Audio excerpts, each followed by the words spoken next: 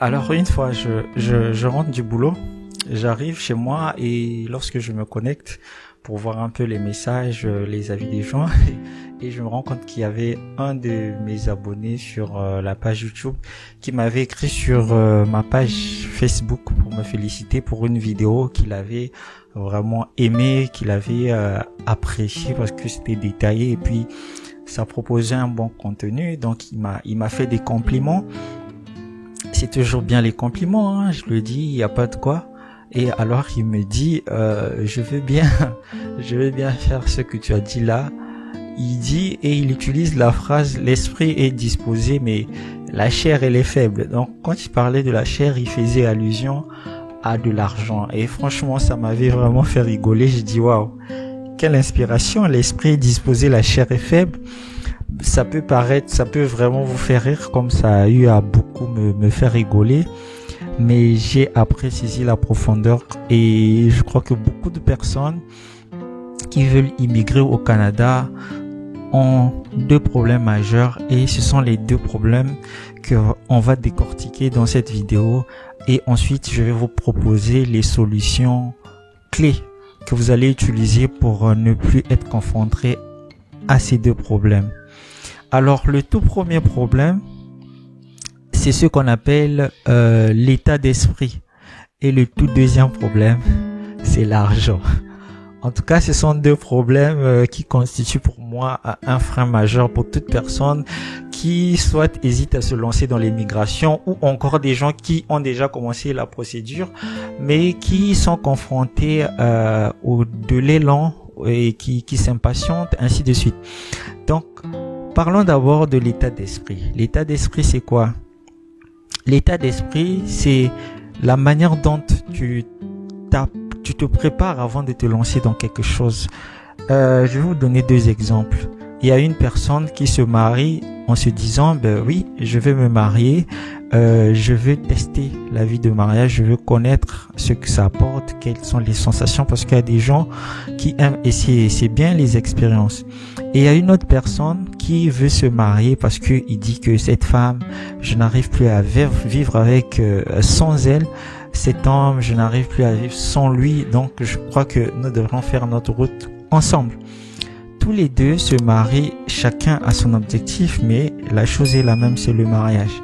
Et vous allez voir que dans ce contexte-là, le plus souvent, celui qui voulait tester, comme il s'est pas préparé psychologiquement, il s'attendait pas à certaines choses qui devraient arriver dans le mariage, il finit par abandonner. Par contre, il y a cet autre-là, qui s'est dit que coûte, c'est ma vie, c'est ça mon destin, j'étais prédestiné à ça. Et du coup, par rapport à l'implication, la préparation, elle est différente. Et quand il va venir dans le mariage, vous allez constater que même son mariage va être vécu d'une manière assez différente. Donc, quand on prend juste ces deux exemples, vous comprenez que l'implication, l'état d'esprit va déterminer, en fait, votre réussite ou votre succès dans l'avenir. Il y a beaucoup de choses qui se disent sur l'immigration ces derniers temps.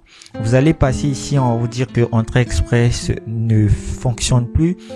Vous allez venir ici, on va vous dire que le Nouveau-Brunswick a bloqué le système Entrée Express, il ne favorise que d'autres programmes.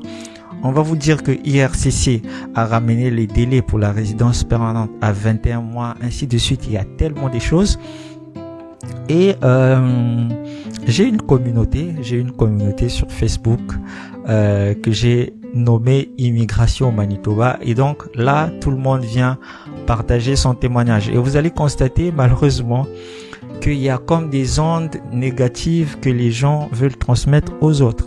C'est vrai que tu as postulé depuis janvier. Et tu vois, parfois, ça fait 4 mois ou une année, tu n'as pas de réponse. Tu es sur le bassin de Entrée Express, tu n'as pas de réponse. Je prends juste un cas comme ça. Et tu te dis, mais comment ça se fait? Ça fait déjà une année, ils disent qu'il y a pénurie de main d'œuvre, mais non, pourquoi on ne nous appelle pas? Eh oui, c'est vrai. Mais dites-moi, je vais te poser une question aujourd'hui. Qu'est-ce que ça t'apporte de te plaindre? Est-ce que cela va faire en sorte que les agents d'immigration puissent accélérer la procédure ou est-ce qu'on puisse te sélectionner? Qu'est-ce que cela t'apporte intrinsèquement? Et c'est ça le fait que je voulais apporter avec vous aujourd'hui. Beaucoup des gens, que ça soit dans votre vie, vous devez comprendre une chose. Lorsque tu te plains, tu dégages des énergies négatives. Vous croyez que le monde tourne au hasard? Le monde tourne selon des lois. Et si tu veux avoir certains résultats, tu dois respecter simplement ces lois.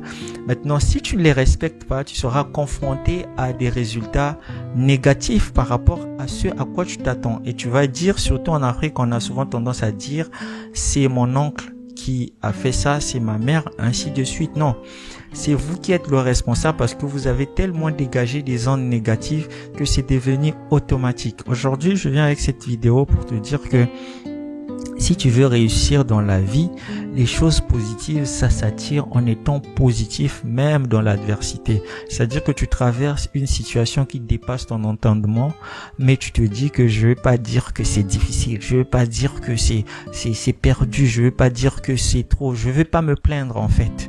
Lorsque vous vous plaignez, ça ne vous apporte rien. Au contraire, ça crée des ondes négatives autour de vous qui vont commencer à vous créer des résultats négatifs. C'est comme ça que l'univers fonctionne.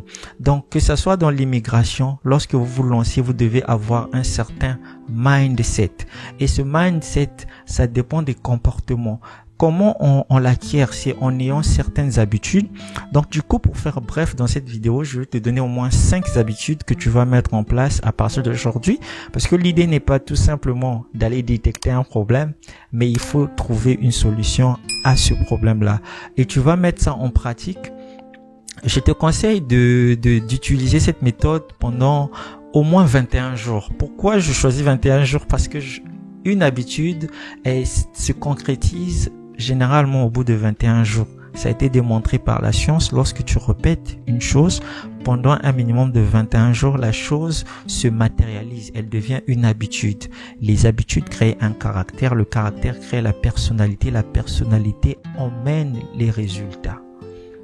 C'est trop simple. Donc si hier tu avais certains résultats pour certains choix que tu as eu à faire, aujourd'hui si tu changes ces actes, tu auras d'autres résultats. C'est ce qu'on appelle la loi des causes à effet. Il y a une cause derrière chaque effet. Quand tu mets un pas, il y a une cause qui fait en sorte que tu mettes le pas. Et donc le pas, c'est la conséquence d'une cause, ainsi de suite. C'est comme ça que les choses fonctionnent. Tu veux réussir, il y a la loi qui cause la réussite. Donc tu dois la mettre en place. Et je vais te citer aujourd'hui 5 habitudes que tu vas mettre en place quotidiennement pendant 21 jours. Tu vas les essayer et tu vas me donner des résultats. Franchement, ça va changer ta mentalité, ça va changer ta manière de voir et ton bien-être. Parce que tu vas avoir de l'argent mais tu n'as pas le bien-être. Moi, la première chose que je transmets autour de moi, c'est le bien-être, parce que tu peux pas être dans un milieu et les gens ne se sentent pas bien, les gens se sentent mal à l'aise, les gens se sentent bizarres. Non. Le bien-être est capital. Je vais te donner le premier secret. C'est que quand tu te réveilles, pour avoir un très bon mindset, quand tu te réveilles, ne touche pas à ton téléphone. Ne le touche pas à ton téléphone. Je sais que c'est la tentation d'un grand nombre de personnes. Dès que vous vous réveillez, vous avez toujours tendance à aller vers votre téléphone. Ne le faites pas. Ça crée quelque chose de pas bien. Pourquoi? Parce que lorsque vous réveillez, vous vous mettez directement en contact avec le monde extérieur avant de l'avoir dominé chez vous. Comment vous dominez ce monde extérieur? C'est parce que vous vous êtes concentré, vous avez pris le soin de penser, de mettre en place une stratégie pour votre journée. Réveillez-vous tôt. Ne vous réveillez pas avant le soleil, avant que le soleil ne se lève. Toi, tu dois te réveiller de sorte que tu auras de l'ascendant sur cette journée. Pourquoi je vous donne ces conseils? Ce sont des choses que moi je pratique et qui m'apportent des résultats. Prenons le cas d'une personne qui s'est réveillée à 5 heures, qui a pris le temps de se laver, de méditer, de faire la lecture, de faire du sport jusqu'à au moins 8 heures. 8 heures, il est prêt, il s'en va au boulot.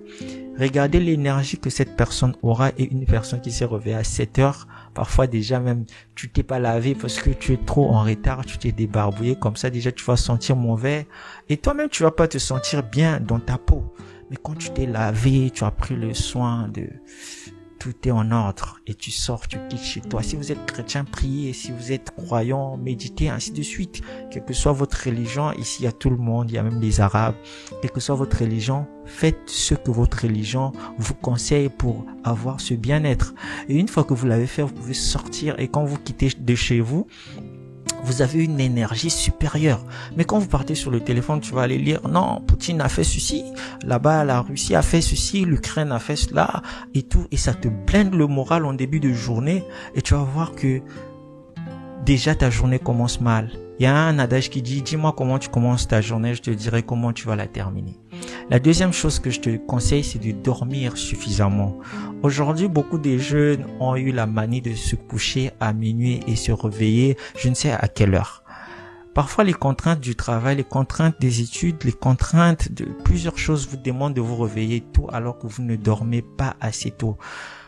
Quelle que soit l'heure à laquelle vous allez dormir, revenons là, il faut que vous puissiez respecter vos 8 heures de sommeil. Respectez vos 8 heures de sommeil. Ne dormez pas plus, ne dormez pas moins. Respectez vos 8 heures. Ça va vous apporter un bien-être. Vous faites un petit travail, vous fatiguez vite. Alors que dans la vie, on ne reçoit rien sans avoir fourni des efforts. Et pour vaquer à ça, pour ne plus vous fatiguer vite, pour être en forme, pour faire fonctionner votre cerveau correctement, vos cellules. Parfois, les gens me disent, mais comment t'es brillant dès que tu touches à ça, ça réussit, ça prospère. Il y a des principes de la vie, quand tu les appliques, il y a des résultats. Donc, la première chose, j'ai dit, ne touchez pas à votre téléphone au réveil, que ce soit peut-être la dernière chose que vous allez faire. Deuxième chose, dormez, respectez les 8 heures de sommeil. La troisième chose que je vous conseille, c'est de faire un sport à votre rythme. Vous n'allez pas être un maître champion avec des bras... vraiment, dès qu'on te voit bodybuilder, de très loin, on sent que tu es terrible. Non. Pour ton bien-être, commence petit à petit à ton rythme, commence à faire. Tu vas voir que quand tu vas quitter de chez toi, tu vas te sentir différent parce que le sport va te pousser à aller vaincre la peur qui est en toi, à dépasser tes limites. Parce que quand tu pratiques du sport, même quand tu fais les pompes, à un moment donné, le corps te dit laisse, tu fonces. Et tu sais pas que en fonçant, tu es en train de créer un état d'esprit. Donc du coup, quand tu vas te retrouver devant la vie, devant les choses de la vie, les choses de la journée, tu ne sauras pas dire oui, mon projet d'immigration, c'est vrai, ça fait 1 année, je ne comprends pas, c'est trop bizarre, non, qu'est-ce que je vais faire? Non, tu vas être là, oui, ça va marcher. Entre-temps, qu'est-ce que je vais trouver pour ne pas que si ici ça marche pas, que je puisse avoir cette issue-là? Tu seras une personne différente qui voit le positif partout. J'ai dit une fois à un jeune homme, je lui ai dit, cite-moi toutes les couleurs blanches que tu vois autour de toi. Il m'a cité les couleurs blanches et je lui ai dit, voilà, regarde, est-ce qu'il n'y a pas d'autres couleurs là? Il m'a dit oui, il y a d'autres couleurs. Il dit, mais est-ce que tu les avais constatées? Il dit non. Et voilà, il pouvait pas les constater parce qu'il s'était focalisé que sur du blanc.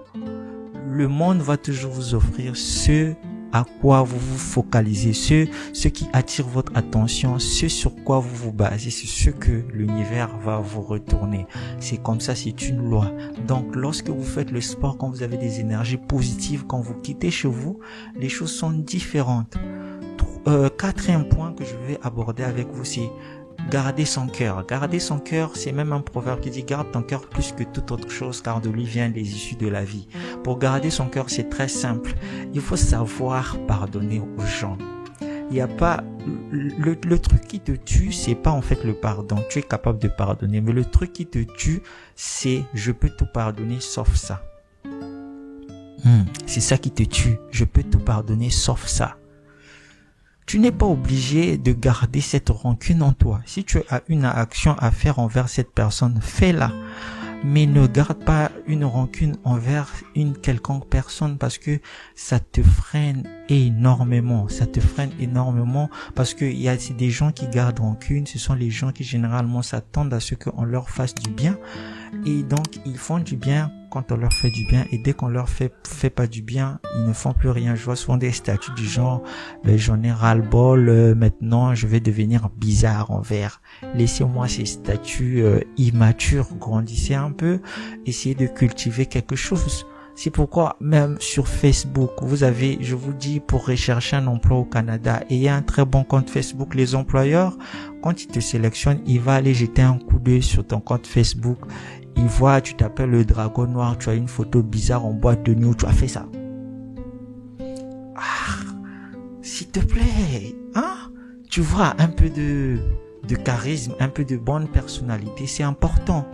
Donc, ce point ici, je le répète souvent, sachez pardonner pour garder votre cœur et sachez ne pas attendre du bien des gens. Dites-vous que ce matin, je quitte chez moi pour faire du bien. Même si les gens veulent me projeter le mal, je vais faire le bien, point barre. Et à la fin de la journée, le 5e point, ayez un cahier de gratitude où vous venez écrire au moins minimum 3 choses que vous avez expérimentées, des choses positives pendant la journée. Cela va vous permettre en fait de tout le temps vous rendre compte de la beauté de la vie, et quand vous voyez la beauté dans la vie vous rend des belles choses. C'est comme ça. Beaucoup de gens s'étonnent comment j'arrive à obtenir ça. Là, on n'est pas encore rentré dans le business à fond. Pourquoi je ne rentre pas à fond? Parce que je trouve que c'est fondamental d'avoir d'abord l'état d'esprit qui va avec.